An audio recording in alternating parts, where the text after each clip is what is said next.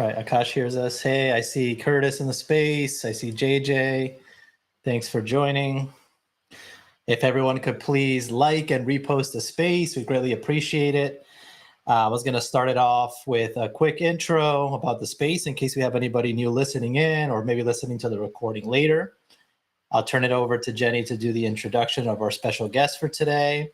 And then also would love it at the end after we go through some interview style questions. If people want to come up to the stage and talk to us, I would greatly appreciate that as well.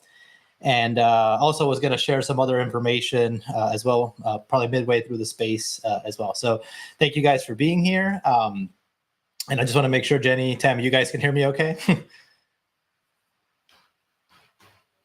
Very good. All right, awesome. And let me switch over Tammy to this side. All right, cool. All right, well, so this is a space. I had started to shine a spotlight on talented artists who are part of the Web3 space. We like to do in-depth interviews where we learn more about the artist behind the art. In that process, we hope to bring greater awareness to the artists that we interview. We want to maybe foster new connections and also inspire people that maybe have a creative passion to start their own journey in this space. It's a very inclusive space. We welcome artists of all nationalities, backgrounds, artistic styles, from seasoned professionals to emerging talents. We really try to bring you a very diverse range of voices from this community. And we love to celebrate how art and creativity bring us all together. So with that said, I'm going to turn it over to Jenny to introduce our special guest for today. Thank you. Tammy is a well-known voice in the Web3 space who champions inclusivity and opened the door for more women to find their own voice in the community. She is the Chief Community Officer for Project Jada AI. She is a widely known and collected and respected AI artist, known for creating beautiful art that also has deep and thought-provoking meaning. And with that, Giancarlo and I welcome Tammy to the space. Welcome, Tammy. How you doing? I'm doing great. Thank you. It's so good to be here with you all. It's our pleasure to have you. I know you're in Florida this time right now for the holidays. Bummer we couldn't meet up in person, but still lovely to be able to have you on the space with us today. Also, congrats on winning that art cover competition. So big props to you for doing that. And yeah, we're just really excited to dive in deeper, get to know more about you, your story, and yeah, just have a good conversation today. Yeah, so I am in Florida, and I am at my in-laws' house, and the house is full of people. So you may hear things in the background, but that's life of Web3. So it's all good, all good. So all right, let's kick it off, Tammy. Maybe take 5 to 10 minutes. Tell us a little bit more about yourself, your story, and how you eventually came into the Web3 space. Yeah, well, thank you. Thank you so much for having me here. Yeah, and talking about we'll get into the art cover for the music. That was mind-blowing experience. So I spent just about a little over 20 years, probably about 22 years in the retail industry. And I've done everything from sales and marketing to director of customer service. And I've worked with several large name brands like Sirius Satellite Radio and Samsung. I was with Blockbuster when they were huge, so a lot of my time was spent building teams, helping with communication, really kind of teaching people how to listen to your employees, whether you can, honor what they want or not. It's really about people feeling heard. And I was doing, really good. I found my flow, I guess, how to say, each business that I would go into, I would kind of find myself in that same spot. I call myself kind of the mom of the team. Like, people could just relate to me, whether it was the C-suites, the corporate, or if it was the employees, it didn't matter. And I kind of found myself in that middle ground where I could relay information from both sides. And I loved it. And in 2015, I was working for a very large sporting goods company.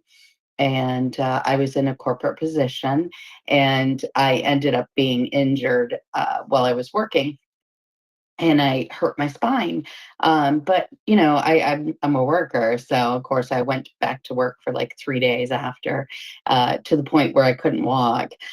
So I ended up going to the doctors. I found out that I had blown out some discs in my back.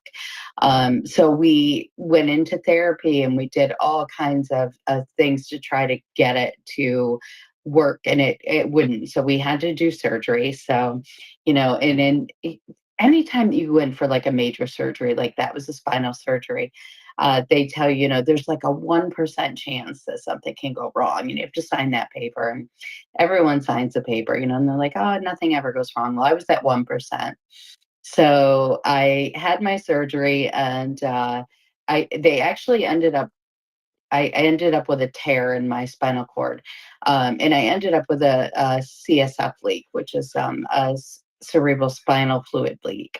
Uh, and that led to the diagnosis of a disease in 2019. So I now have a spinal disease, which causes atrophy of the left side of my body.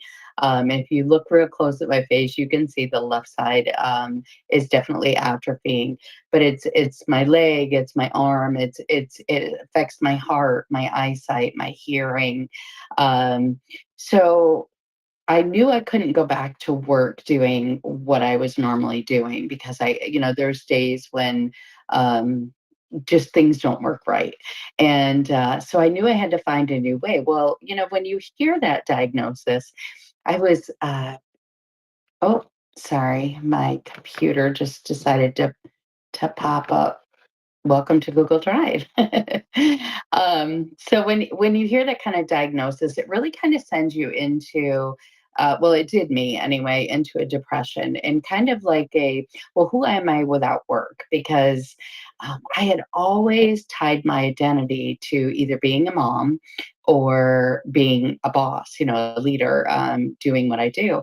And at the same time that I found out that my health was going to change. And this is a progressive disease that has no cure. At the same time that I found out about that, my children were also like moving out. And so I didn't have to be the mom anymore, and I wasn't working anymore. And so it kind of, I went through like an identity crisis. Well, who am I? If I'm not their mom, and I'm not doing what I like to do, who am I and what can I do? Um, and I would say that led to a couple years of like really trying to figure out who I am and what's my voice. And that was a dark time. And it was also when I was going through a lot of trying to find the right medications and going to different specialists. And so there was, and I remember hearing about meditation, and someone said to me, I really think you need to meditate to find an inner peace. So I began meditating, and I'd done it before, but I mean, I really began meditating. And I remember one day I was like sitting there and I was meditating, and I was just like basically like begging the universe or my higher power to like help me find something, because the thought of never working again was enough to drive, like I that was not even a possibility, because I knew mentally I could still do stuff. And literally like 2 days later, I found Web3, I found NFTs, and I found Twitter, and I was like, what is this? And I thought, oh, this is it. This is how I can, contribute again and work again. And I mean, I always loved art, and I've always sketched and done things, but I knew this was it. And that was 2.5 years ago. And yeah, my life has not been the same since. So. Wow, what a story. And man, can feel for you so much, Tammy. I'm so sorry that, you had to go through that injury. And it's crazy because, like you said, a lot of times when we have people go through surgery, we go through surgeries ourselves. Like you said, you hear like, yeah, it's very low odds of something happening. And then, but there's always is somebody that is that 1%. And man, it's crazy that, you had to go through that. And I'm sure like how difficult it must have been with identity being wrapped up in being a mom and the kids, kind of leaving and then not being able to do your career. Yeah, I mean, I can only imagine, but it's wonderful that you found meditation and that also, Web3 kind of served as a new beginning, right? A new way to kind of find a purpose in your life. And how did you actually like discover Web3? Was it like somebody you knew or like you saw something and kind of dug into it? Just kind of curious, like how did you actually discover it in the first place? And honestly, like I think that's where like divine intervention came in because I didn't like hear about it. I didn't know anything about like my background is I have extremely strong soft skills, right? So I know how to communicate. I know how to empathize. I know how to, I know that you need to listen more than you speak. So I'm really good at like community building, team building, but I don't have tech skills. I didn't. I do now. I didn't then. I really think it was like divine intervention because I hadn't used Twitter in years, just like any of us. We all had a Twitter account, but it like sat there. Yep. And yeah, and so I was just like, I don't know. I just was sitting there and I got on Twitter and I remember getting on Twitter and hearing, someone was on Twitter talking about NFTs.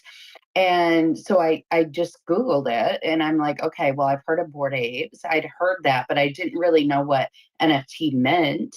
And then it said, that there was a whole community of people like invested in art and NFTs and I started to hear the word PFP. So it was like 2 days, like literally I was obsessed and that was it for me. I was hooked, like 2 days later, I'm all in. Yeah. Wow. So, but I knew I had to teach myself the tech skills, the hard skills in order to make it here. I had to learn Discord and smart contracts and blockchain and DeFi. And, we had already invested in crypto. So I knew a little bit about that, but yeah. Wow, amazing. That's so cool. And then you just went down the rabbit hole. And so fast forward, right? And then you started, creating artwork, using AI, right? And you've now created a lot of different pieces and different collections. I was curious if you could walk us through, like, what's your process look like for when you create artwork and maybe how that's evolved over time from when you like first started to like kind of like where you are now. How's that evolution been? Well, it's quite the evolution because when I first found Web3, and NFTs, I thought, I love, I've always sketched. I always have tons of sketchbooks and I use colored pencils and charcoal. And I thought, well, I can do digital art, right? So I downloaded Procreate, bought an iPad. And when you look at like my work from when I first started with NFTs compared to like now, I could not transition. I couldn't make that transition. A lot of people do that. They get on and they can just transition in digital art. I couldn't. For some reason, it just wasn't clicking with me. And so I did mint some NFTs way back in the day. A couple, probably 2.5 years ago, I minted some, but they weren't good. And I can honestly say they weren't good. But it's great to look back on my process. And I found out about AI art shortly after. Well, I've always been a storyteller, and I told you my soft skills are phenomenal as far as communication goes, because I've always had a way of connecting with people. And so I thought, this is a way for me to not only connect with people through my art, but I can also use this as a therapy tool. And I can process all of the emotions that are going through my head, and myself. And so I mean, that was just like a gift to me. It really was. I was able to, I have one collection called The Other Side of Me. It's my favorite collection. And I've never sold a piece of it, but it is my favorite collection because it's how I feel.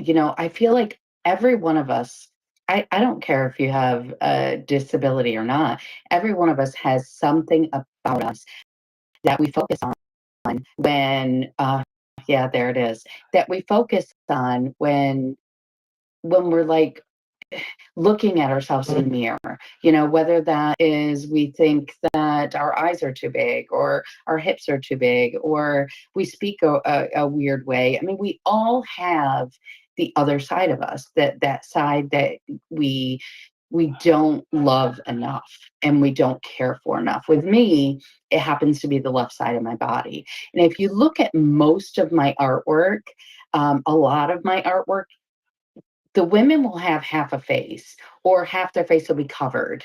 And that is my way, I think, of processing that half of my body is completely different. And I have to accept that and be okay with that. So yeah, so my art has come such a long way, but a lot of it is me learning how to process the emotions and what is happening to my body as this disease progresses.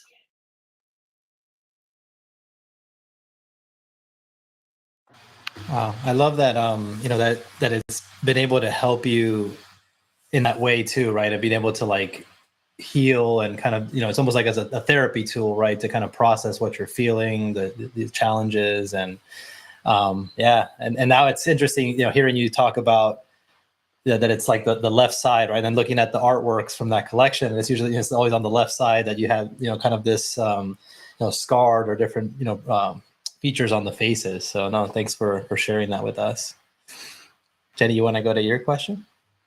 Yeah, I do. Before I do, I just wanted to say that I pinned up some of them to the space, and one of them, Evolution, Beauty of a Woman, The Other Side of Me, Dee Genville. The one that has sort of like the covered masks, and the women don't have legs, but they're like in the sand, kind of. I'm not sure if you see it. I find that so moving. Like, immediately hit me. I don't know. Um, like, you're purposefully not showing their faces, and then it's like they're they're present in the sand, but it's almost like, where are their legs and why aren't their legs there? So I have so many questions and emotions tied to that. So I love that. And I think that those soft skills are such a forte when it comes to AI art, because the more that you're able to communicate, the better, the stronger that art communicates, right? The message. So I love that so much. And my question was, as an artist who uses AI tools, what are some of the programs that you recommend for beginners interested in AI? And then perhaps as a follow-up question, do you have any personal favorites or any that you have yet to try that look fun and useful? So I'm obsessed with AI tools, like obsessed. I would recommend everyone start with Midjourney, just because it is such a powerful tool to use. And I would also suggest anybody that wants to really learn AI tools, um, Google the prompts for lighting, for aspect ratio, for kind of mood, the vibe. There's so many prompts that can really help you get exactly what you're looking for. But you really need to know how to tell the AI what you need. And once you realize that you are actually creating a relationship with the AI. Okay, so I'm obsessed with time. You're going to see a lot of my images have clocks in them, watches, hourglasses. And I think it is because what has happened to me has made me realize how short life is and how critical it is that you spend your time doing things you love and that you put yourself around positive people and positive energy. So you'll see that throughout a lot of my imagery.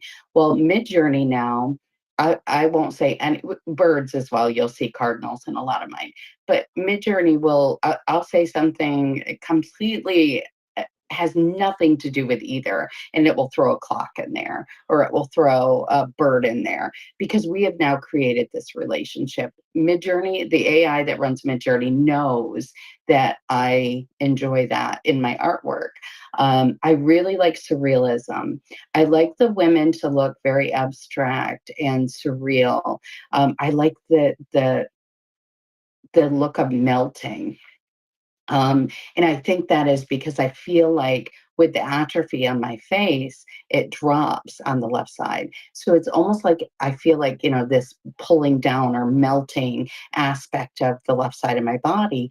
And so I love that in my artwork because I relate to it so much, So I use a lot of like abstract surrealism and melting clocks and melting clouds, and I use a lot of that imagery and prompting in my artwork.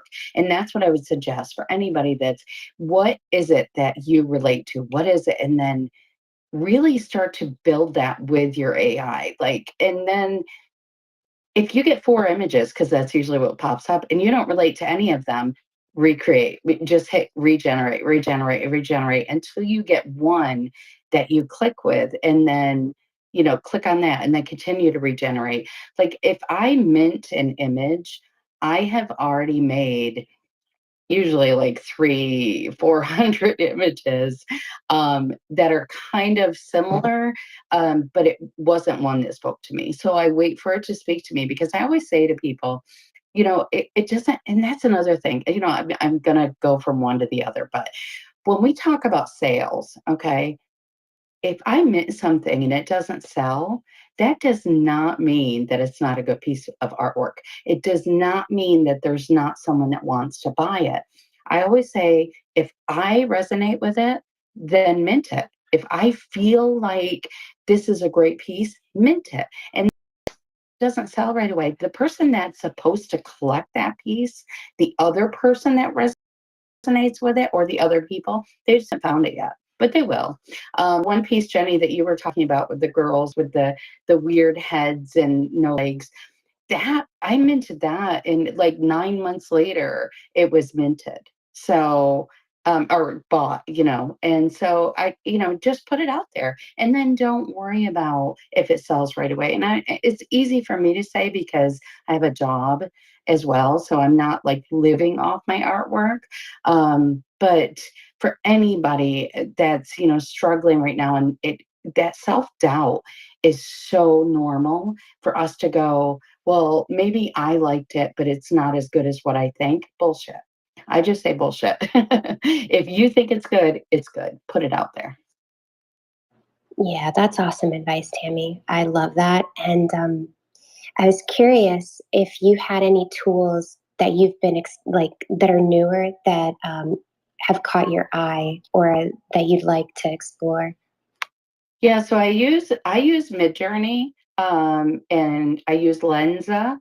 I use Runway, I use Stable Diffusion, I use Pika Labs, but I would suggest everyone try Lensa. I don't know if a lot of people are using that or not, but I will take, and I use Procreate, and I use Canva, and so I use a lot of different ones, but I usually create in Lensa. Oh, I also, now I'm using Bing, OpenAI, through Bing, right? So, and I really like that one too. So if anybody hasn't done that yet, if you go to Bing and it'll say, and you just click on the microphone and it'll say, what can I help you with today? Just create an image of blah, blah, blah. Well, the best thing about Bing, and I'll tell you all this right now, this is a secret. So you go in there and you say, I say, create an abstract surreal image of a woman on a desert with half a face, and half a face is covered by a black lace veil, and she's wearing sheer red. That's usually how my mind works. So I'll say that, and then it'll create. Well, then I can say, okay, I want the veil to be more translucent. I want the red dress to be crimson red, not rose red or whatever. And it will change. It will say, I cannot modify the image, but it will, and it will continue to develop. So you can actually work off one image and continue to adjust it to get exactly what you want.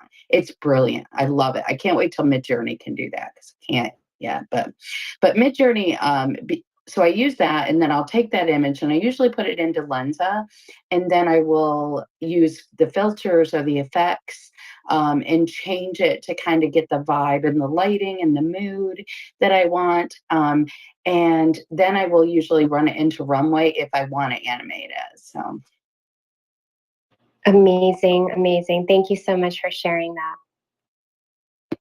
Another one too, like Procreate is really, really good if we want to talk about the cover art for the music. When I found one that I really liked, the boy was holding a guitar. Okay. If you can put up that image, he's holding a guitar, and I'm like, I don't want him to be holding a guitar, right? And so I had to, and his leg, everybody knows that AI sometimes will give someone 3 feet, or their leg will be like crooked and hanging, or like off, 6 fingers or something.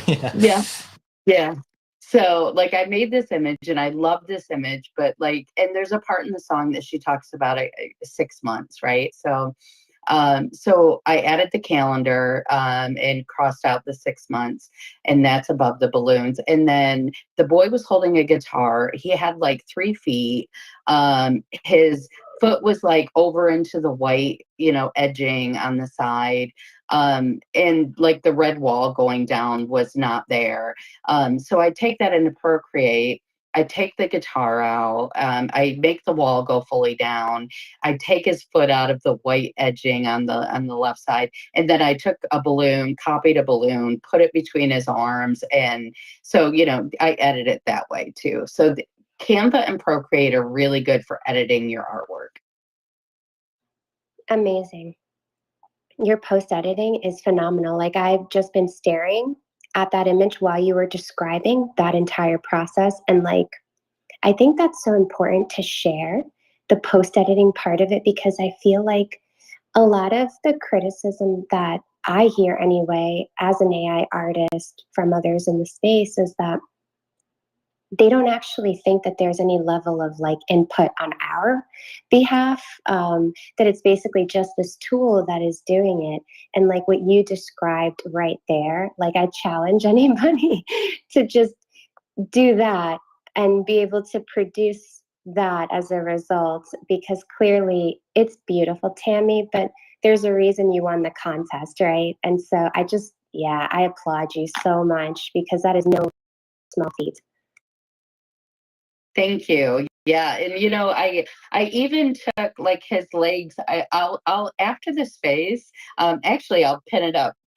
Well, I'd have to make a tweet. I'll put it on my timeline, a picture before, because his legs were also kind of distorted, so they didn't even look right. So I took the one leg and I put it so that his foot was kind of on top of the other one, like a little boy would sit, to kind of get that feel of, because she says he's, like a little boy with a God complex. So I even, angled his foot and his leg to make it kind of seem, childish. So.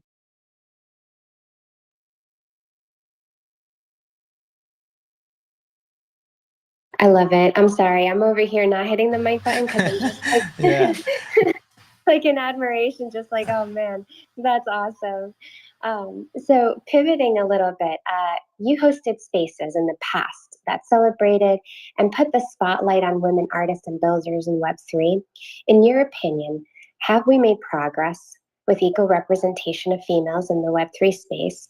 And perhaps as a follow-up, what ways can we continue to further include women?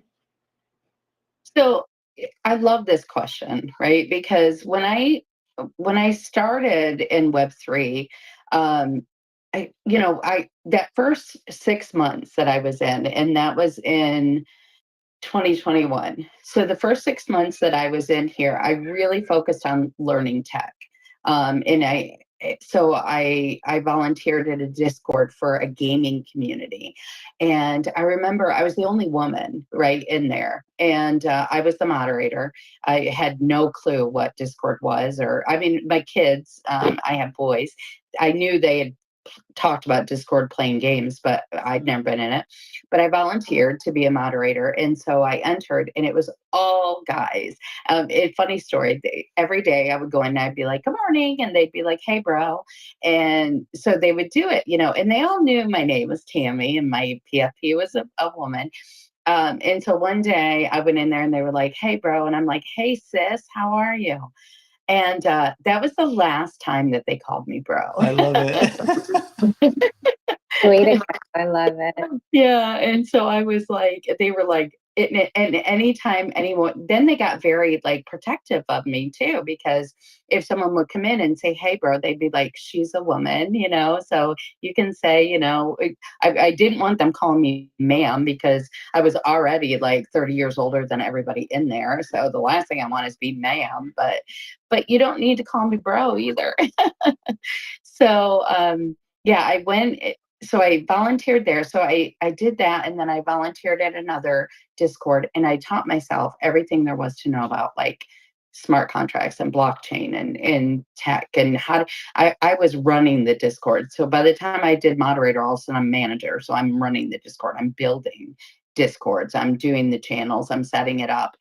And so I knew once I had that, I wanted to do something different. So now I'm like, okay, so what am I going to do though to really make a difference? And this is all guys. Every space back then was guys. We had one girl that I can think of was Lori Grace had a show back then in 21. If there was others, I didn't know about them, so I apologize. But she was the one that I remembered, and I thought, this is awful. We have so many Twitter spaces popping up, and they're all men, and everyone on stage was a man. And so, of course, I would volunteer because I have no problem like using my voice, but I thought women need a safe space to be able to talk and feel like they're going to get equal representation. So I thought, you know what? That's what I'm going to do. When I come back in January after the holidays, this was in December, I'm going to start a show. I'm going to call it the Meta Women Show.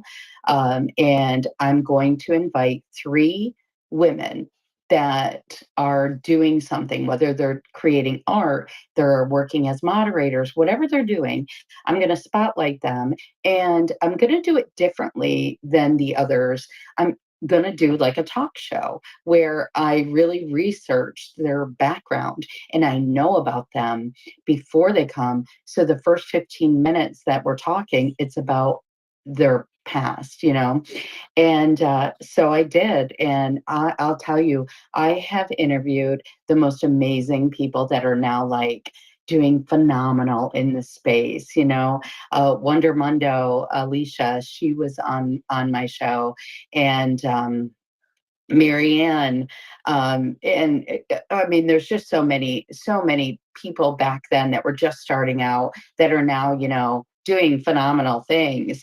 But every time they would come on, I would ask them, I'd go back and research like Facebook and stuff, like things that I could find about their past that would let people get to know who they were. And it was phenomenal because we just grew. We got bigger and bigger because women were finding that they had a lot to say, but they didn't have the space to say it. And so that did good. And then that was in 2022. And then we started to see these major women PFP collections just taking off. Crypto girls, crypto chicks, and World of Women, all of these amazing PFP collections. And so then all of a sudden you saw spaces, Web3 women all over the place, women in Web3 women popping up everywhere. And then the bear started, things started to change. And I don't know exactly what happened, but somewhere late 2022, there started to be this discord about why are women trying to separate themselves from the men? Why are they trying to have their own spaces? And It was even women, though. I mean, a lot of this was women talking about, like, if we stopped trying to separate ourselves, we wouldn't need women only spaces. And I'm so sick of seeing women in Web3 spaces. And I don't know why that happened, but it did. And then we started to see a decline in women in Web3 spaces and women only spaces. And that hurt, I think, us, because there was no reason why we couldn't have continued, because there is not equal representation. Are there more women in Web3? Absolutely, there is. 2023 compared to 2021, but we're still not at the space. If I go into all of the major spaces, almost every single one is run by a man. The co-host is a man, and everyone on their space is a man, except for maybe one or two women. You know, that's the majority of, like, Coffee and Captain and like all of the big Web3 spaces. They're men run. There are some women run spaces. I love that Jenny is a major part of One Love, and I love that you run that. You have such a great voice, but we need more. We need more women run spaces. Yeah. Man, Tammy, first off, as a person who is now a host of a space, I just wanted to thank you for setting that, setting that bar, opening that door, right? And I think that that's such an interesting point that I feel like I missed, maybe because when I was coming into listening to spaces, it was like late 2022. And it's an interesting dialogue because I myself have heard that, right? Um, I remember actually being in the collector's corner space when a conversation sparked up in there by other women in the space. And I think it all sort of started off because of something that happened at Sotheby's, which, to be honest, I don't know about, but I think some people pulled out because there wasn't enough female representation, and so that became a topic in that particular episode. And then it sort of snowballed into a conversation about that very space. And they were like, "Can you guys just take a look? The host is a man. The other two co-hosts are Mhm. men. Why aren't there more females up on the speaker panel even? Is this happening intentionally? And if not, can we maybe think about that?" Right? And so it opened up a whole conversation because I don't think that it was intentionally done. It's just more of like they all kind of felt comfortable simply Mhm. because they were all friends and they just happened to be men. But the fact that it was pointed out, then immediately the next few moves were like, well, who could we potentially have on the space as co-host, more speakers, things of that nature. And within the convo, there were women who were like, well, yeah, we should definitely do that. We should bring co-hosts up and more speakers up who are women, but it shouldn't be that they're selected simply because of the fact that they are women. And then, like, you could hear the like opinion on one side and the opinion on the other side, and it was like, okay. So I remember like intuitively feeling the like sort of tension in the room and being like, let me go and just ask to speak and just be like, hey, I mean, I listen all the time, and if you guys ever wanted me to be a co-host, I'd love to do it. I work on Thursdays though, so I'm gonna need to like sneak out. And then I think it was a really positive thing because they asked me to become like a regular on the show. And from there, and also co-hosting with Giancarlo, I got that experience where then I felt like I was comfortable enough to even be a host on a space. But so I think the main point, the main lesson I take away from this is that unless you speak to the truth of a situation and you point it out, can other people then start to maybe do that self-analysis on how else they can be showing up and helping to further that discussion? Because I don't think 9 times out of 10 it's done like I'm purposefully like leaving women out of the conversation, but it's important, right? To be mindful of that. So I love that. And I I love that you did that very early on, and that you still continue to be a voice for that sort of self-reflection from everyone, both men and women in the space, because I think that's really the only way that we can see that kind of equality that we're looking for. Yeah. Yeah, and I'm going to agree with you that I don't think it's intentional. I don't. I think, but let's go there. So I don't think it's intentional. However, if you are a host of a show and the majority of your co-hosts are men and the majority of your speakers are men, even if it's not intentional, you must know a strong woman in Web3. Reach out and ask them to be a part of your show. Like, change it then, because if it doesn't matter if it's not intentional. If you recognize it, even if it's not intentional, you have the power to change it. You have the power to change things. And women, we need to stop second guessing ourselves and underestimating our voices. We need to understand that we are building as well. We have just as much to say as the men. And I think once that starts to happen, once the men kind of that are in these positions start to go, I need to include a woman's voice here. Who do I know that's a really strong, or even put it out there? I'm looking for a woman host who wants to do this. And then women volunteer, even if it scares the crap out of you, volunteer, because you grow. Remember this. So anything that really makes us afraid means that we are about to go through a major growth in our lives. So if we're scared to do something, do it. Was I scared to make cover art for Melody? Yeah, because you're always afraid when you put something out there because you believe in it and you think it's great, but you have that fear of like, are they going to see what I see? But I always release it anyway. I always do it anyway. And I challenge myself and I push myself. And I think we all need to do that all the time, especially when we are surrounded by so many opportunities to change our lives.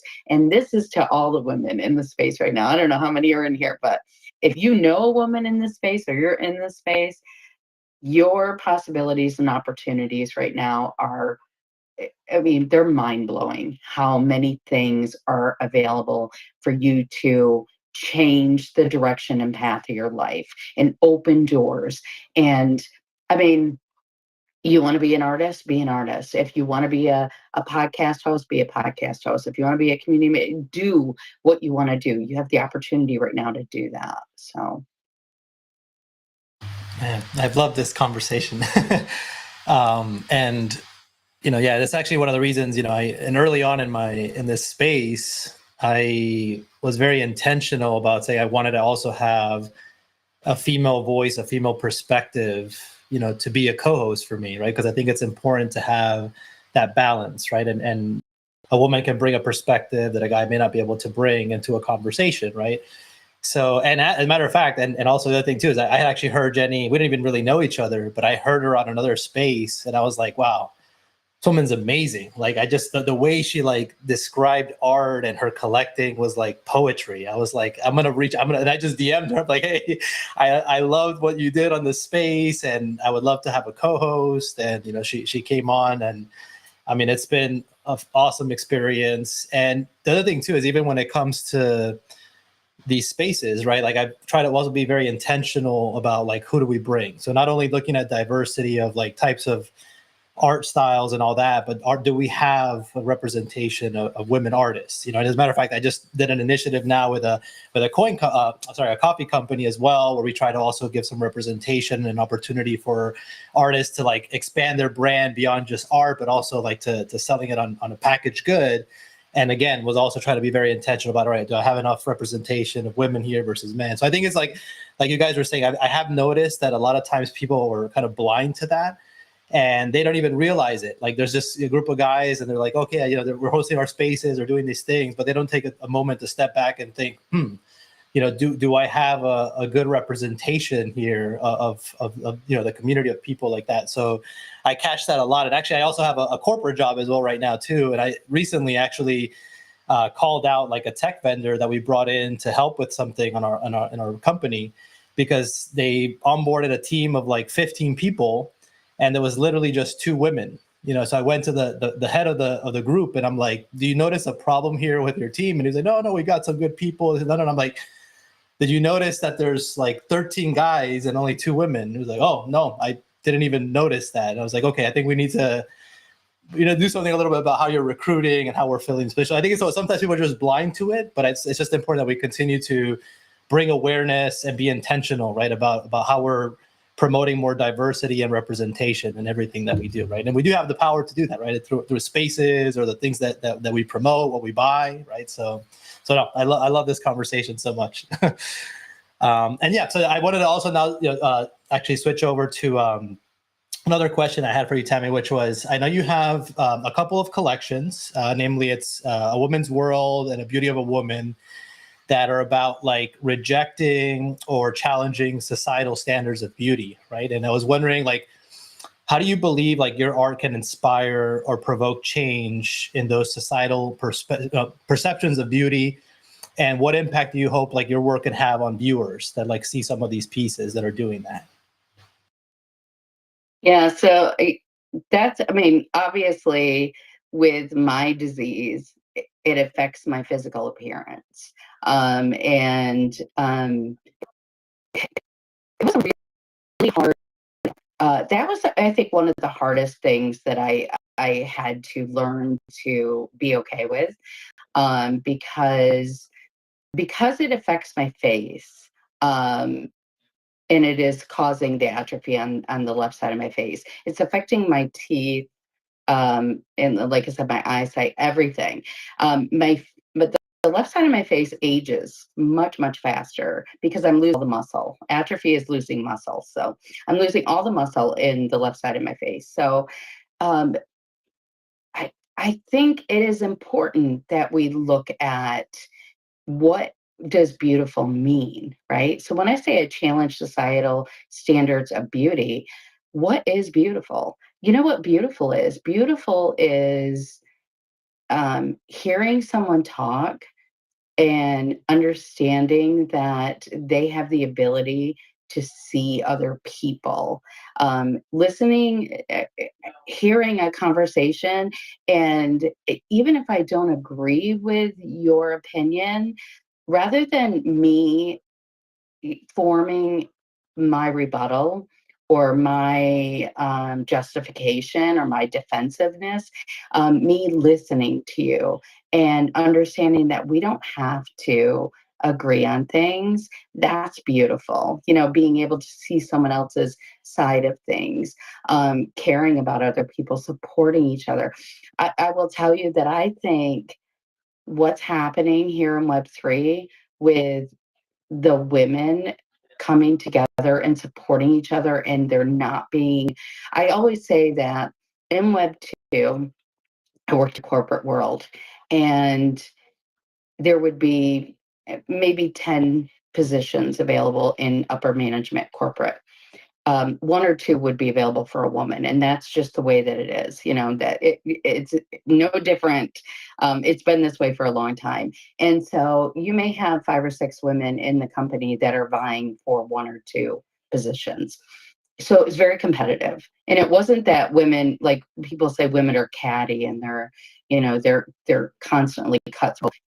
I think we had to be in the corporate world because and it wasn't that we were trying to be catty. We were just trying to show our what we could do, our skills, our strengths.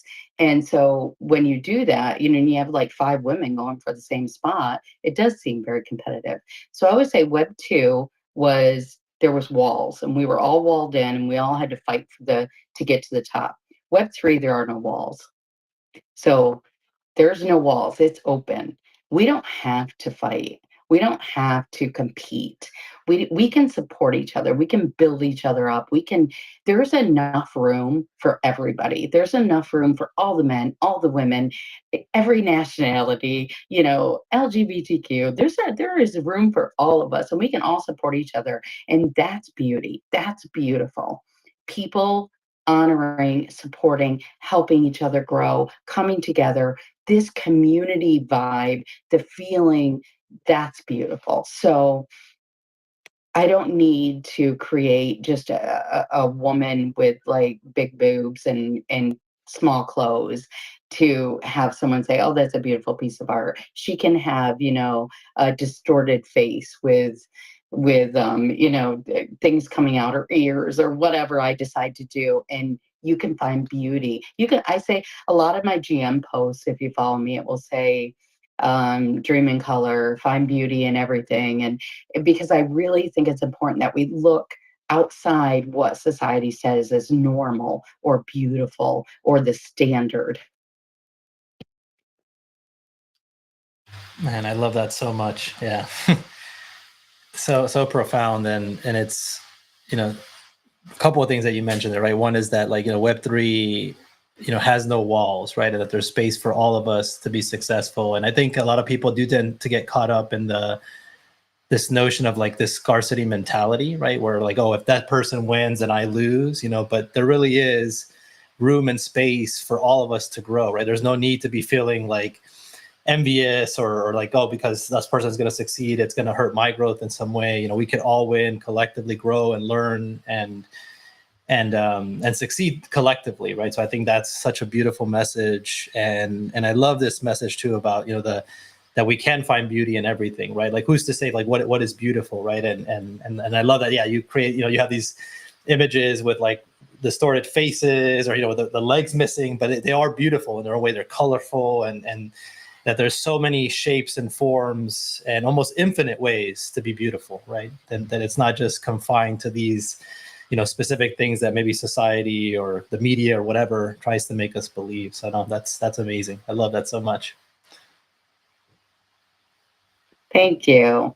Yeah, and it's like I said, it's very therapeutic for me. Um, I have grown so much, and I say this a lot too. People are like, I'm sorry that that happened to you, that you had that happened to you when you had the surgery. But I'm a different person now, and I say when I was in my corporate world life, my kids were getting ready to leave, and I find it, salary wise, I was doing phenomenal. And I'm thinking to myself, you know, I can't wait to get that car, and I can't wait to have, that house. And it was very, very materialistic. Um, and I'm saying that I think most people, we work to obtain things, like I only need to make enough money so that I can do this, or I want to go on this vacation or whatever. And I'm not saying that I still don't like things, because I do. But my priorities are different now, right? It's a lot of it is self-growth, like I want to be a phenomenal grandmother. I want to be like the best grandma in the world. And I want my kids to be proud of me and to be able to see that mom, was faced with this challenge and knew nothing tech. And now, I work for an AI company. I want them to look at that and go, look what my mom did, so that because life's not easy and stuff's going to happen, right? I could try to protect my kids. They're older now. I could try to protect them. I have no control over what's going to happen to them, but I can show them what to do when something happens to them, and how to get through that, and how to always go, this too shall pass. We hear that, but it's true. And there are times when something tragic happens, or a traumatic experience, and we think to ourselves, how am I ever going to get through this? How am I going to live through this? It's dark, and you can be very be in a despaired mindset, but there's always a way out, right? There's always another side. And this too shall pass is so true. And if you tend to look at the positive side of things, you will find positive things happen to you. Positive people find you. But if you tend to focus on the negative people will find you, and they will try to take you right down with them. So, choose your mindset. Such good advice. Love it.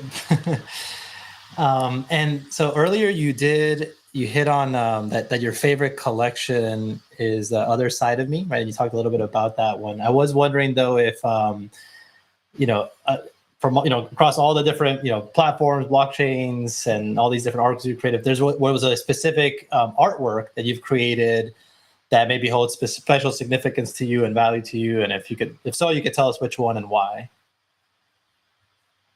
So, I'm on all the platforms like most artists are. Um, my favorite, my favorite collection, as far as like, I think that connects to me, is The Other Side of Me. But I would say my favorite, the one that I'm most proud of, I think, is one that it was like my first collection, and it's called You Belong Here. It's on OpenSea, and it it was my way of it's very abstract. There's no women in it. Most of my collections have women in it, but these are just images that I've created, and they're like, there's 5 different ones. There's energy, creativity, love, oh gosh, now I'm gonna have to try to remember, light, and I can't think of the 5th one, prosperity. Those are the 5. And the collection's called You Belong Here, and it's a way for me to say, listen, I found my way here, and I didn't know anything about this space or tech or anything, but I belong here, and you belong here too. And whatever you're looking for in your life, whether that's light or energy or creativity or prosperity or whatever it is that you're seeking, it is here. And it was just kind of like a reminder that, if you want to buy this and keep it in your wallet, to remind yourself that you belong here just as much as anybody else. And when there are times when you feel like maybe people are progressing faster or doing things better, or you're having that imposter syndrome, understand that people promote the wins. They do not promote the losses. So you may feel like people are constantly selling or moving forward or doing this or doing that. And that's because this is the Facebook, right? This is on Facebook. You always see that couple that has the perfect marriage, and then they get divorced in a year because they hated each other the entire time they were posting those perfect pictures. Twitter can be the way. We post our sales. We post our positives. We're proud of ourselves, and we should be. We absolutely should celebrate our accomplishments. I'm not saying you shouldn't, but I'm saying don't get caught up on that kind of stuff, because people aren't posting, oh, another day without a sale, and if they are, people don't want to hear it. So it's really kind of just about everyone here belongs here. We all have our space. So I love that, Tammy. And I was just looking at the collection. I pinned it up to the top, but also here on the live stream. And I noticed that several of the pieces have like sacred geometry, like energy, is how I would describe it visually. Can you speak to those a bit, just out of curiosity? yeah, so when I first started doing NFTs, because I made this collection a long time ago. And when I first started doing NFTs, I worked a lot with Procreate. We didn't have AI at this time. And if we did, I didn't know about it. I'm sure we did, because Claire's been doing it forever, but I didn't know about it. So these were all made with Procreate. And I did a lot with liquid art. And again, I think it was my obsession with that melting factor, the liquidity, of like the fluidity of things, and also the colors. So I would find, like I would just throw paint on Procreate, like colors, whatever I was feeling. And then I would just use the liquid function, and I would just kind of play with them and move them around until something was like, wow, this is beautiful. Or in, whether it was, obviously you can see like the love collections, the pink, collection, and in the energy and the prosperity, you can see the prosperity I really is more coin colored, goldish, and, it has more of a regal kind of factor. And so I really kind of played with the energy that I was feeling, and how I created it was the liquidity, the liquid function in Procreate. They're beautiful, like just stunning. There's the one that I pinned up to the top, the most recent one. I don't even know how to describe it. It's almost like fire meets water. It's so beautiful. Yeah, I like I said, I'm really proud of that collection. I'm proud of that collection because I knew when I made it that I had made something beautiful, because it was such a emotional collection for me to make. It was really, the pieces were just, they spoke to me, and again, this speaks to, just leave it. Like, a lot of people will go, well, if they don't sell out right away, then people don't connect to them and they may never sell. And, I'm going to give you some really good advice that someone gave to me. And it was Ricky O'Donnell. He's the NFT Jungle. And if you don't know what that is, check it out, because his community is phenomenal. And I love him. But he said in his space, not to me, but to all of us, if you're discovered, or someone likes your art and they start talking about you, and people all start to go to your profile to look at your art, you better have stuff for them to look at, because so many people create pieces that mean something to them, but they don't want to oversaturate. And I'm not going to give you advice and say you should create a lot or shouldn't create a lot. What I'm saying is, if you want a minute, mint it. Don't worry about oversaturating it. Don't stress yourself out about the rules, because listen to those words. If Ricky O'Donnell was in a space and said, I don't know if you guys know TammyM or not, but I love her art and everyone should go check it out, and I only have 3 pieces available. Well, okay. And if I have 500 that I love, but they're sitting in my iPad, that's not going to do anything for me. So if it doesn't sell, but it's available, leave it up there. Someone will eventually buy it. Or if not, your kids can always look back and go, really cool. Look what mom did. Yeah, Tammy, I gotta say, I absolutely love this collection, this energy. I mean, and it's funny because I don't even think you have it linked on your hug profile, because I had to go kind of like looking for it in OpenSea, but I'm like in love with. I mean, I just love the colors, the feel. Like, I'm gonna be picking up something from here. Like, it's just so beautiful. I love these. Like it, yeah. So just yeah, I think it's it is important, like if you have created something that you connect with, that you love, like you mentioned before, like put it out there. And you never know, like later somebody else, maybe even watching this space, right, or whatever, maybe discover this and be like, wow, I love this too, I'm gonna go, so you never know, right? I think but yeah, these pieces are amazing. I think they're so beautiful. Yeah, and that's another thing too. It's also being able to look back at your process and your mindset at that time. That's an amazing thing. I don't think people understand how incredible what we're experiencing. I don't think they get it. Like, this is so cool, guys. Like, we are in a time when history is changing. Um, we are building all together, and we're leaving a timeline of what we're going through during that time. Like, I can always look back to this and go, I remember making this and how I felt. And everyone in this space right now, every time you do something, these spaces that you're hosting right now, a tweet that you're making about a way you feel, a poem, or whatever you're contributing, you are building history. This is creating history.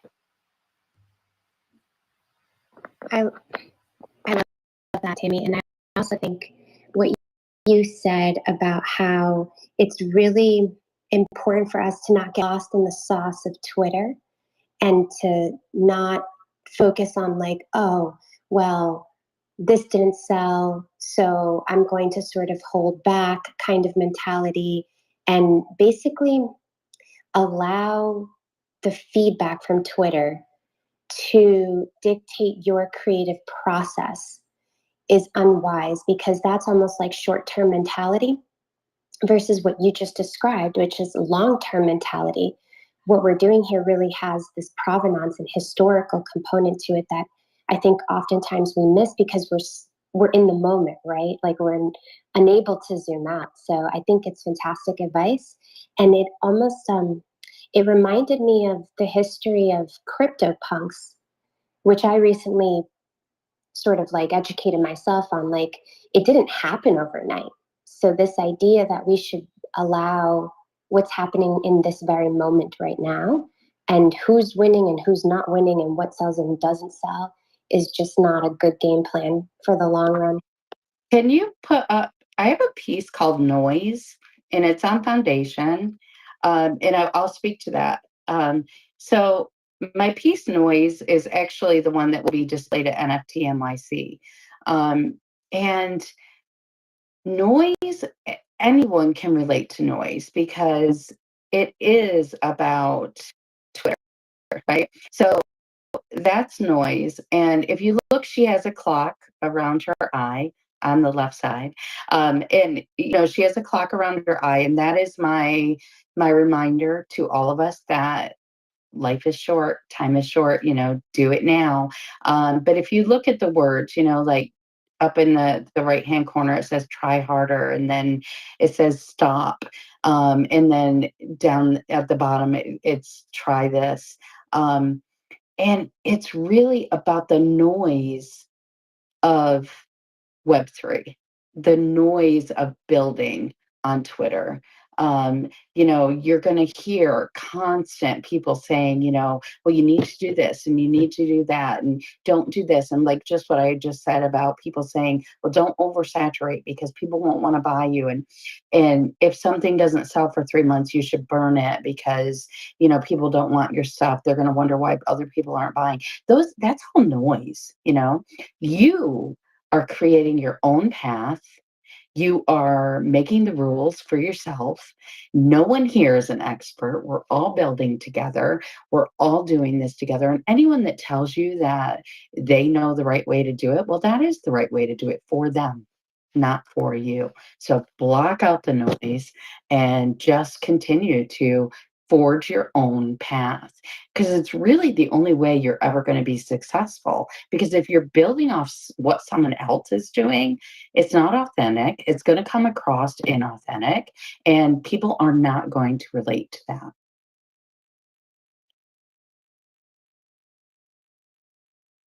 Amazing advice, Tammy. And I absolutely love this piece. And congratulations on being showcased at NFT NYC. Will you be going in person? Absolutely.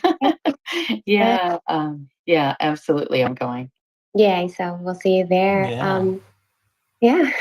I wanted to pivot to the project that you are Chief Community Officer of. Can you share what that project is about?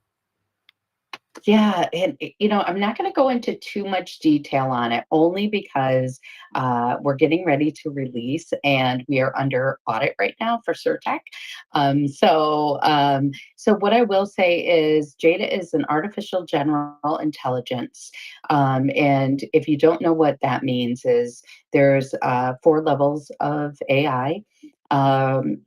ChatGPT, OpenAI is level 2 right now, but they're building towards a level 3. Artificial general intelligence means that Jada will be able to empathize, understand your tone. She is not industry specific, so she's not made for. She's not an LLM, so she's not made for art. She's not made for chat. She can do space exploration. She can work in medical research. She can work in DeFi. She can be an assistant. So she will be able to be trained to work in any industry. And Jade has been in development since 2017 by a group of world-renowned researchers, scientists, and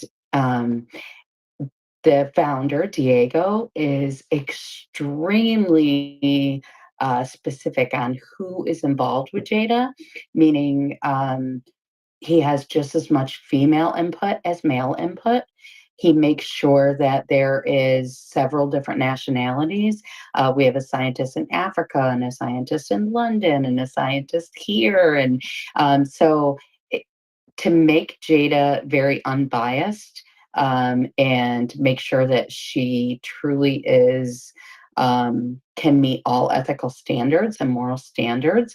He makes sure that every scientist has a different part of Jada's brain that they're working on, so that Jada will have input from, it had no bias at all nature in her. So I am the chief community officer. We are getting ready to release Jada soon. So for testnet, we'll be doing testing. Her right now, we say about 6% of her brain is built. And people say, well, what does that mean? And I guess I'm going to say it to you like this. When you have a child, your child has the capability to learn and to grow. And so it takes a child a long time to become an adult. Artificial general intelligence isn't like that. So Jada has like 6% capability right now of her brain. But for her to become a full adult to where she would have extreme capabilities will take about 2 years. So maybe even less. So where we will release her in spring of 24, by probably summer of 25, Jada Mark II will be developed and released because she will learn that fast. That's amazing. And it's interesting that you brought up the bias, because maybe you could speak a little bit to that. But the way that currently data is pulled for AIs is biased, correct? Because it's from what I understand, coming from what's already in the internet, right? And what's already in the internet is skewed somewhat. So, yeah. Well, I mean, I can't say that I can't speak to any specific AI and say that's a biased AI. I would never say that because I don't know all the data that was used. But I do know that right now AI is trained off data sets that are available, that are put in. So let's just do Midjourney, right? Midjourney is trained off art styles, right? It fed different images and then said, this is what abstract look like. This is what surreal looks like. This is how this artist does it. Jada is not built that way. So Jada is not fed data sets. Jada is actually being built like you would a human brain, so that the neurons connect to new neurons and artificial, the programming that's used.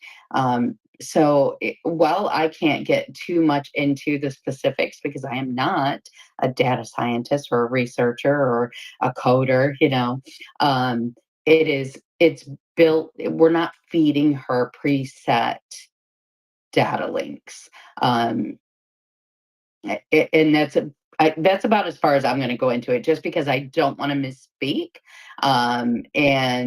But what I would recommend is that everyone here follows Jada on Twitter, and on LinkedIn, and there are AMAs already on there recorded from our founder that you could absolutely go listen, and he's going to speak to it a lot more understandable or eloquently than I am. So Oh, no, that's fascinating. And I'm very intrigued by, just to learn a little bit more about like the approach that was used to train Jada, and also how to ensure that, the ethical, the moral elements of the AI, right? Because there could be, a lot of gray area and stuff like that. So I'd love to, maybe dive deeper later into like understanding, like, how you're, how the company's going about, training and doing all that. And I was curious. There is. Uh-huh. Oh, just No, to let you know, on the website, there is a link that says pre-adoption.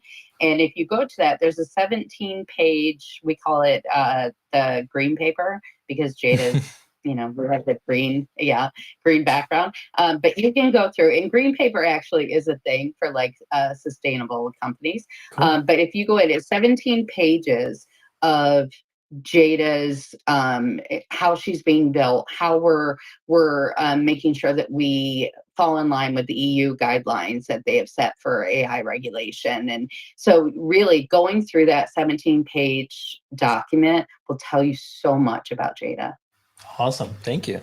And I was curious then for the, because you said you're going to launch it like next year. Is that going to be just for like companies, or will people actually also be able to use the tool or experiment with it, or the AI, I should say?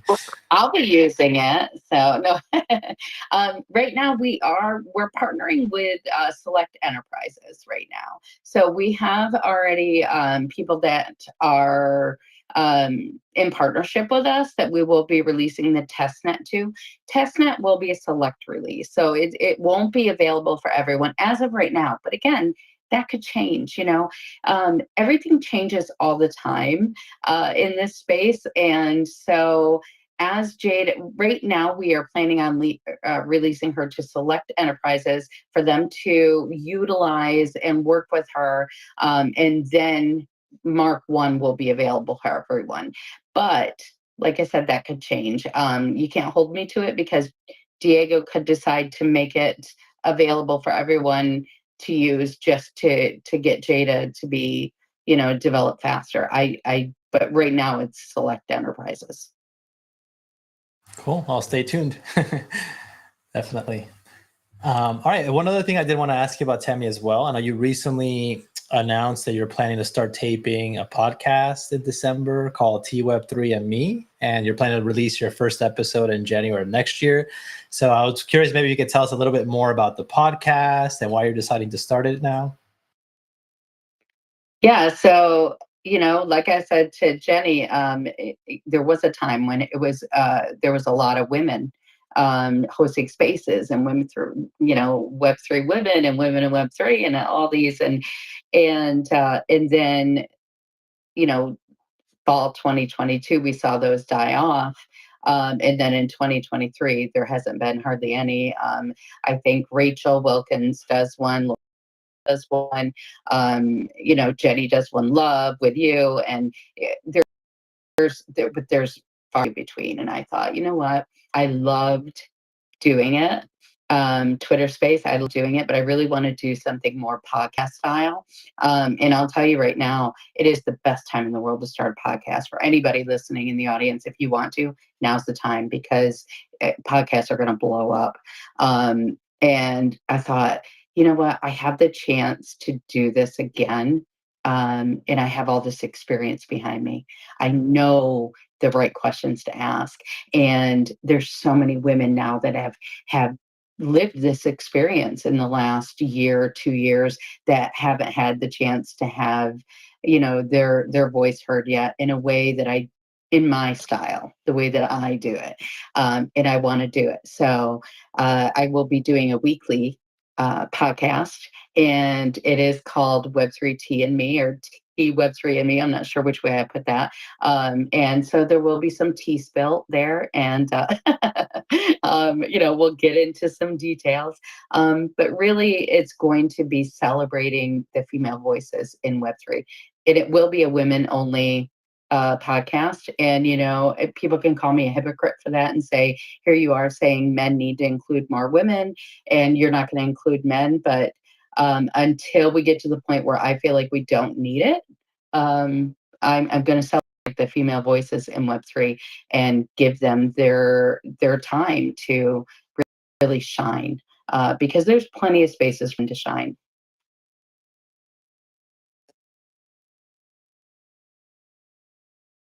I love that. I'm so excited to see that and listen to the amazing women that you're going to be showcasing there. That's going to be great. Well, you'll be one of them. So, oh, Tammy, Thank you. I'd be honored. Thank you so much for thinking of me. And I noticed in your bio that you mentioned that you are somewhere near a beach. And I love that so much because I love the water. Um, what are some of the most beautiful beaches that you and your wife have been to? Oh my goodness. So my wife and I, we live near the beach. We're about 15 minutes from two different beaches in North Carolina. But I love to travel. So I have been to so many beaches, but I would say that where I am now is my favorite, because well, I've been to Florida and I've been to Texas and I've been, we've traveled everywhere. And I lived in Hawaii for 3 years, so I've seen gorgeous beaches, gorgeous beaches. But where I am now, I'm at a really good place in my life. I found what I love to do.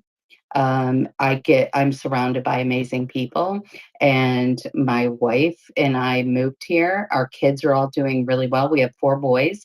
The youngest is a junior at Penn State. And we have older boys, and everyone is doing phenomenal. They're self-sustaining. They have great families, and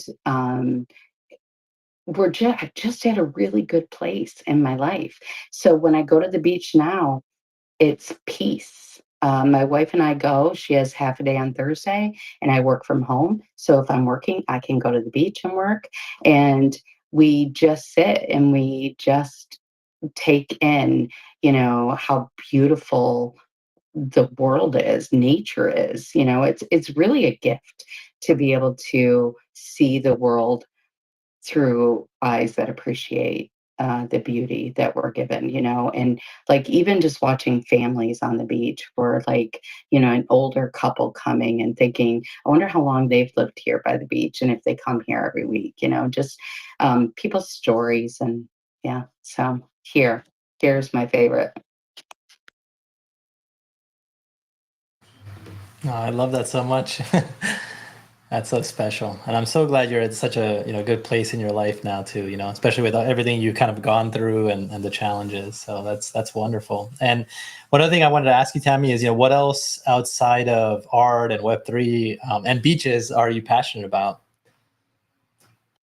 Well, that would just be my kids and my family. I'm obsessed with my children. Like they're all just great men.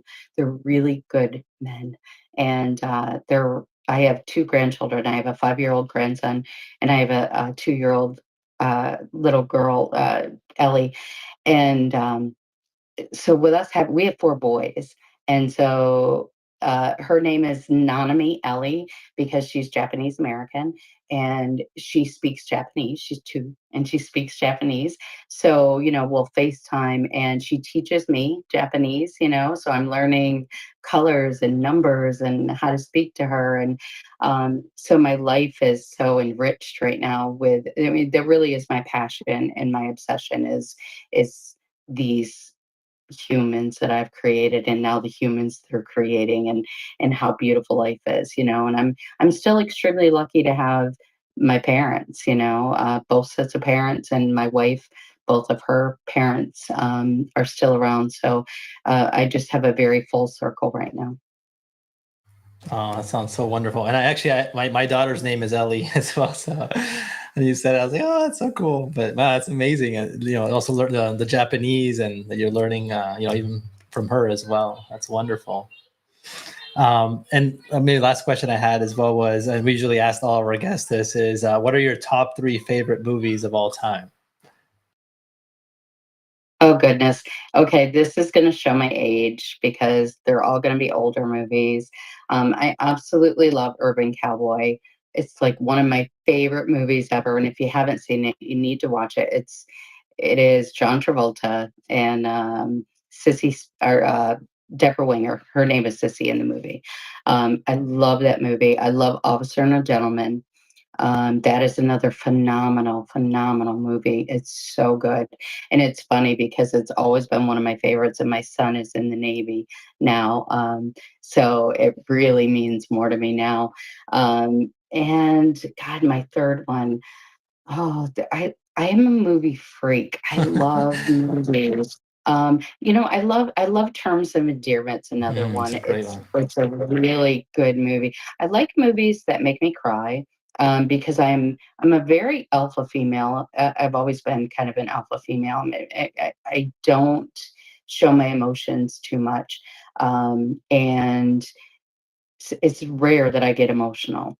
And I don't know what that is. Obviously, it's something in the way that I was raised, but I don't. But if a movie can make me cry, it's usually one of my top movies. And I think cinematic choices that they make too. I've always been a very aesthetics. I love to look at things a certain way, and I think the way they were all filmed. If you look at all three of them, they all have to do with like pain, loss, and love.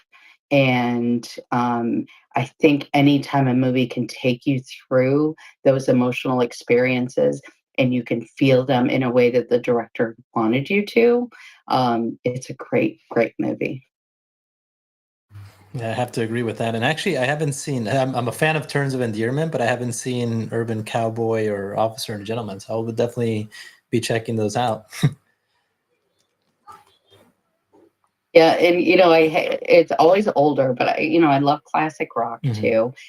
I love, um, I'm 52 right now, so I've seen a lot of in the decades that I've been around, and there are movies now that can still like make me feel, but it's rare. I love good, good, good drama. So. Yeah, I feel like Richard Gere had a knack for doing that, like his film choices and him as an actor. There's just something about like the way he delivers and his presence on screen. Um, so yeah, like I saw that one. My parents were movie like fanatics, and I remember that one for sure. Um, it was an older film, but it's one of those that are timeless. I feel like really all of his films, like that Pretty Woman, even though like Pretty Woman, was edgy and stuff and dealt with a different topic altogether. And then more recently, what was that one that he did? Unfaithful. Like I feel like he just takes on these films that like matters and he delivers it so beautifully. Yeah. If we talk about like the ones that I chose were really, they're all sad. They all have sadness to them. But Urban Cowboy, there's loss in that too. But then it's just a great love story. But I like different movies too. Like I love Fight Club. Like I loved Fight Club because it was so unique. And there's one that Richard Gere and Edward Norton are in, and I can't think of the name of it right now. But that was another one. What is it? No, I'm trying to. Yeah, I'm drawing a blank. Yeah.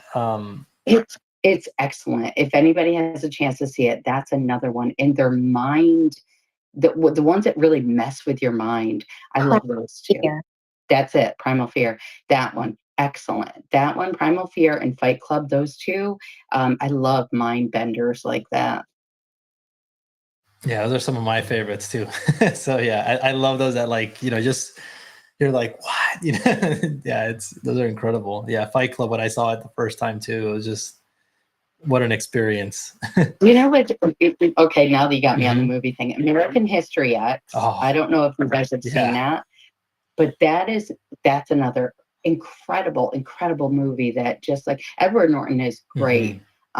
He is a phenomenal actor, and usually anything he's in is great. But American History X was another one that was just, got me.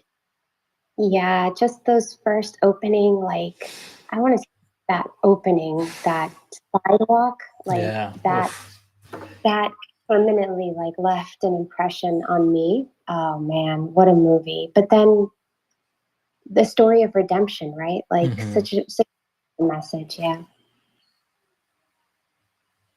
Awesome. Well, I did want to take the opportunity now, just if I know we have a lot of people that were in the audience. If you guys want to come up and request to speak, let us know. We'd love to have you come up and let us know how you're doing, ask a question. I did also want to take I see Anna's requesting.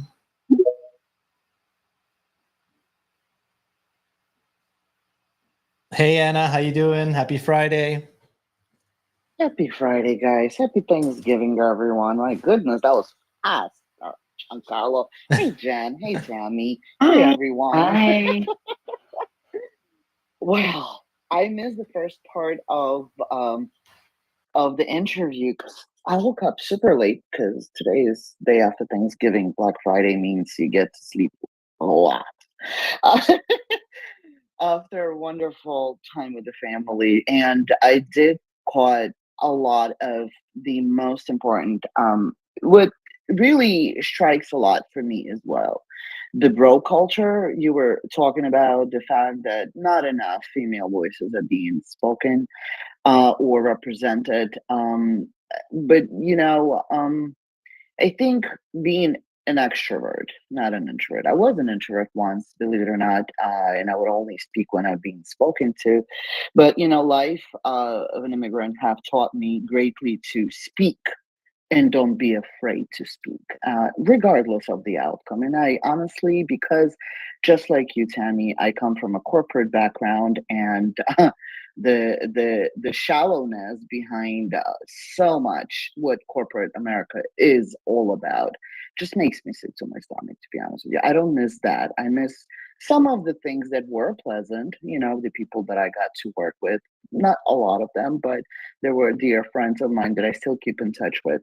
Now, and I think because I've had such a great experience in corporate America years ago, before becoming for the second time a parent, right? So when my daughter was born, I had to go back to work, and it was misery for me, right? Because it was a long-awaited child, long waited to be that parent, and like just to be with my child. That's all I wanted to do, and then when I did go back to work and I was working so many hours on the day and like literally came home only just to eat and sleep. And because I have the opportunity for the past decade to work for myself, both my husband and I think is the biggest opportunity of a lifetime to be out there, speak for yourself, and showcase who you truly are and not be afraid to show yourself just the way you are. And I think sometimes maybe, and I'm okay with it, right? To be just myself, right? And just to do what makes me happy, and create the things that I absolutely passionate about. And I think I resonate with your message so much and greatly, that I don't have any particular questions, but I did wanted to come up here and to give you that tremendous amount of love and respect for what it is that you do. Congrats on the piece that will be featuring an NYC NFT. I already registered for my ticket. So all I need to do is just buy the airplane because I am from New York. I lived in Brooklyn for 30 years. And New York is, I mean, New Yorker in me will never fade away. I promise to everybody. My rad New Yorker will never fade away. Well, Anna, I'm actually from New York, but I'm from upstate New York. I grew up like 20 minutes from Canada, so I'm like way upstate. But my son way actually, upstate. yeah, my Way son upstate. lives in Brooklyn. He's an actor, so he's been in Brooklyn now for 5 years. So That is amazing. Yeah, Brooklyn is such a fabulous city. I mean, it's unlike Queens or Bronx or the city or Staten Island. Well, Staten Island is like a suburb of New York City. It's not really a borough per se. It is a borough, but it's not. This is us, four other boroughs will always be making fun of Staten Island people. But anyways, yes, we had a house in upstate New York, which was not as far as you were. It was 2 hours away from New York City. It was near Monticello. And I am very familiar with upstate New York as well because, given the opportunity, we would always find a way to go and hike and discover beautiful places about upstate New York. One of my most favorite places that we actually discovered 2 years before moving to Florida was Thousand Islands. And for those of you that never heard of this place, I encourage you to go on Google or even go on Instagram and look it up. Thousand Islands is literally a place right across the river of Canada. And obviously it's a hike, but for Yeah, New that's where I Yorkers, grew up, Anna. but I can't help it to tell you this is one of my favorite places we've discovered. I mean, of course, Finger Lake area is gorgeous, but what I liked about the Thousand Islands, because it's literally a thousand island region where there's teeny tiny islands, and one in particular island struck really, really funny for me because we took a boat tour, and the tour operator was sharing about this particular island that it's called, I think, Mother-in-Law Island and stuff. So the son-in-law bought that island for his mother-in-law, so she could be near, but on the island. That was the most funniest thing ever for me. And but yeah, I can talk about travels and places we've seen, and that is another big part of being, I mean, it's a huge benefit of being self-employed. You literally manage your own life, you manage everything about that, and places you get to see when you do take the breaks. And but it is not easy. It's not easy because there's no steady paycheck coming your way. Never. So but Tammy, I also wanted to congratulate you for your piece that you've created and was chosen by Melody as well for her album cover. I mean, what you create, and I actually had a chance to be on the space which you co-hosted with Chaz several weeks ago for One Love Community. I mean, girl, you and honestly, I'm looking forward to the podcast because I listen to podcasts all the time, and especially when I'm out and about on the long distance traveling. And I'm looking forward to that one. And of course, I think if it would be up to me, Jen should be the number one person you should interview. She definitely needs to be that. But all the flowers from me to you, Tammy, on this Friday afternoon. I wish you very best, and please do share the links of the podcast whenever that's happening. I'd love to tune in and subscribe and be consistently listening to it. So I appreciate all the information you have to share, and thank you. Thank you. Thank you so much. Thanks for coming up. Thanks for everything that you said. It was amazing to hear you talk about Thousand Islands. So funny because that's where I grew up, and my uncles actually own one of the islands out there. So it's just kind of cool that even happened. So thank you so much. I can't wait to do the podcast. I hope that you sign up to come on and let me interview you and be one of my guests. And I'm hoping the One Love community. I'm hoping a lot of the women in the community really want to come on and use their voice. And I always say that, if you're going to be in an interview with me or a podcast with me, it's a safe space. It'll just be just like us sitting and having coffee, and actually it'll be tea. Having tea, right? I mean, one last thing I'm going to say is, Tammy, I'll be more than happy to create a list to think a few of ladies. It's definitely will be more than 10 that I would be more than happy to recommend. And of course, it would be my honor to be interviewed by you and your podcast and just having the tea with you. I mean, I love the teas, especially during the winter time. So for sure, would be my honor. So thank you again. Thank you. All right, thank you so much, Anna. Always appreciate you coming up, being a regular listener of this space as well. Hope you have a wonderful weekend. By the way, I will hit you up later because with the family, we're going to be going to St. Augustine in January. So I know you have a lot of good recommendations. So I'll be reaching out. You know it. Yeah, I do. Text my cell phone. That would be best. Gotcha. We'll do. But yeah, and I know, Tammy, I told you we would try to keep it within an hour and a half. So I know we'll wrap it up now. But yeah, I'm very excited for your podcast. We'll definitely be, tuning into that. Also got maybe a list of women that I think would be, in addition to Jenny and Anna, that could be fantastic guests for your space. That I think would be great for you to have on there. And yeah, it's been an absolute pleasure, just getting to know a little bit more about your story, about your artwork. even discovering that first, OpenSea collection. Like I told you, I'm absolutely in love with those pieces you created there. And I love a lot of the messages and the advice you gave today in the space. I mean, I literally think I wrote down several notes of things that I want to create some clips of, because I think it's just such great stuff that you shared as well. So it's been an absolute pleasure having you here today and getting to know more about you. Thank you so much for being our guest. Thank you. It was amazing. I had a great time. And to anyone in the audience, any women in the audience, it doesn't matter what you've accomplished or not accomplished in Web3. If you're here, you have a voice and you all have a story to tell. So reach out to me and come be on the podcast, because all of us have something to say.